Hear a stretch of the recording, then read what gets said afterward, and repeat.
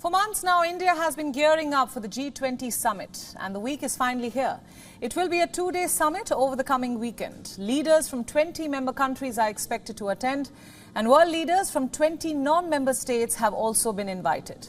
Just 5 days to go before D-Day. China has officially announced that Xi Jinping will not be attending the summit. Instead, Premier Li Qiang will be attending, and he will be heading the Chinese delegation. Apart from China, only Russia had earlier notified that Vladimir Putin will be skipping the event. His right-hand man, Foreign Minister Sergei Lavrov, will be landing in New Delhi.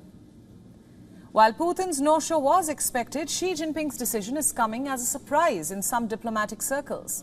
It is in fact going to be the most telling absence from the summit. Xi is going to miss the G20 summit for the second time. Last time it was because of the COVID-19 pandemic. This time, Beijing hasn't given a reason. They say silence speaks louder than words when it comes to diplomacy. Apart from economy, there was also hope of a meeting between China's Xi Jinping and India's Narendra Modi. This could have been the first meeting since both sides agreed to resolve the border issues in a quick manner, but that will not be happening. Even before the summit started, there are clear challenges that have emerged. There is no doubt that it will be a litmus test for New Delhi's game of diplomacy. But in the ministerial meeting so far, no joint statements have been issued by the members. One of the most contentious issues has been the Russia-Ukraine war, where the West is on one end and Russia and its allies on the other.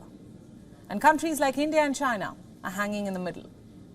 New Delhi has received a blow from two Western partners too. British Prime Minister Rishi Sunak has ruled out a quick fix trade deal with India, and in a very unexpected move, Canada has announced a pause on trade talks with India as well.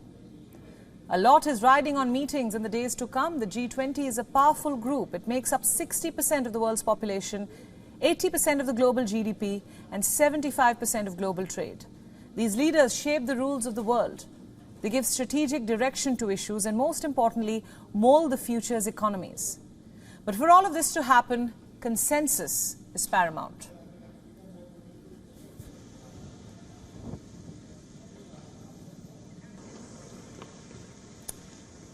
Just a few days to go for the G20 Summit to get underway. WION, of course, will be in the midst of the heart of the action. We will be getting you live updates. The biggest headline today, of course, is that the Chinese Premier Xi Jinping will not be attending. That is what the Foreign Ministry has announced. However, no reason has been cited for his absence. Now, to understand this and a lot more, we are now being joined by Dr. Shrikant Kondapalli. He is a professor in Chinese studies at the Jawaharlal Nehru University. Professor, thanks for joining us. Thank you. Right. My first question for you, the headline of the day is, of course, that Xi Jinping will be skipping the summit. What, according to you, could be the reason? Beijing, of course, has not cited any. Well, it is still not clear why President Xi is not visiting New Delhi for the G20 meeting starting next week. But there are a few reasons that could explain his absence. Number one is we just saw the South African meeting, BRICS meeting, the 15th BRICS meeting in Johannesburg. Prime Minister Modi did extend wishes, and also, of course, had a small chit-chat on the territorial dispute. But most important, Prime Minister Modi had shook hands with Xi Jinping in Bali in the last G20 meeting, and in the next meeting in Johannesburg also greeted Xi Jinping. So there was the warmth extended by Prime Minister Modi. Right. As a host, Prime Minister Modi would like to see all leaders, including Xi Jinping, attending the meeting. So in this context, 3-4 reasons could be explain Xi Jinping's absence. Number one is Chinese foreign policy generally fears about isolationism among the community of nations. That includes if President Putin had communicated on August 28 that he is not attending, then flowing from the Bali meeting of 2:18, that is Russia and China against the 18 other members of the G20, then it is quite possible if President Xi visits New Delhi, then he would have been isolated. Right. This is the worst case scenario for China's foreign policy. That would be very hard for them to swallow. Right, in Professor, the light if I of may the, just that's a very interesting point that you've raised, the Chinese foreign policy fear of isolationism. Let's talk about Vladimir Putin. What, according to you, could be the reason for his absence? Well, we do not know what President Putin spoke to Prime Minister Modi on August 28th, but possibly again domestic reasons, Ukrainian conflict related matters, or Wagner Group that has been kind of liquidated recently. It could be any reason as far as President Putin is concerned.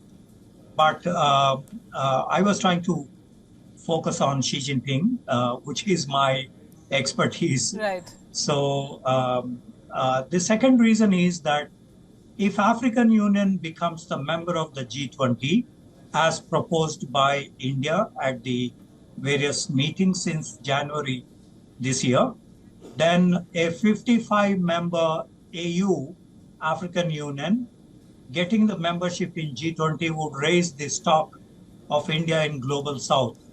China has been saying that it is the leader of the Global South, but this would dent into the Chinese image, and possibly Xi Jinping would not like to see on the stage when African Union becomes the member, because China never proposed any one of these to become member of the G20.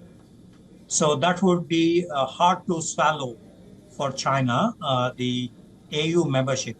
The third reason could be that, the China Institutes for Contemporary International Relations, a major think tank in China and advises the Central Committee of the Foreign Affairs Bureau. They advise that due to COVID, due to various other reasons, the Chinese image has taken a beating across the globe. And they mention about nearly 60% of the public opinion against China in their internal, assessment.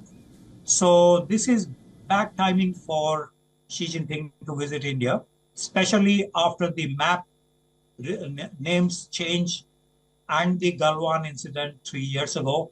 This would be a hard time for Xi Jinping if he attends the G20 meeting. Absolutely, yeah. Yeah, please go ahead. Right, Professor, just wrapping up our discussion, very quickly, what is it that you're looking forward to at the summit? Any big announcements that you anticipate? African Union to become the member, that's big news. Absolutely. But G20 is basically concerned about economic and financial issues. Since Bali summit, Ukraine has become a contentious issue. However, G20 traditionally is about economics and finance. So from that point of view, I would expect declaration on SDGs, Sustainable Development Goals, because COVID-19 had affected global economic growth rates.